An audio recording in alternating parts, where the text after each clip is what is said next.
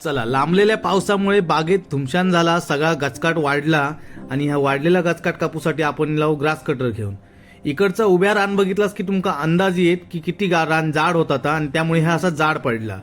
तर मी आधी पहिलो इले ग्रास कटरमध्ये ग्रीस वगैरे भरलंय आणि पुढेचं आपलं काम सुरू झालं. ह्यो बेल्ट घालताना दररोजचा मारा नसता की कसो घालायचो ह्याच समजत नाही, उलटो सुलटो अडकान राहता आणि वय तसं होत नाही.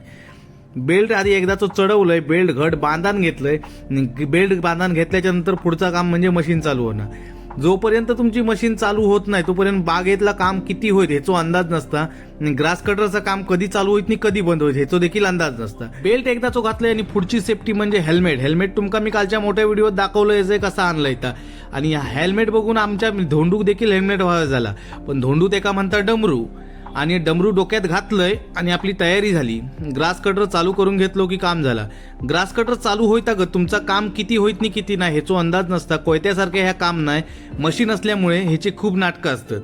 तर ग्रास कटरला किक मारली की ग्रास कटर आपलं चालू होतो. ग्रास कटर एकदा काय चालू झालो की आपलं काम सुरू झालं. मित्रांनो, तुमका जर असला हेल्मेट जर हवे असला तर आपल्या जय भवानी ॲग्रोमध्ये तुम्ही यावा, कधीही तुमका ह्या हेल्मेट भेटू शकता.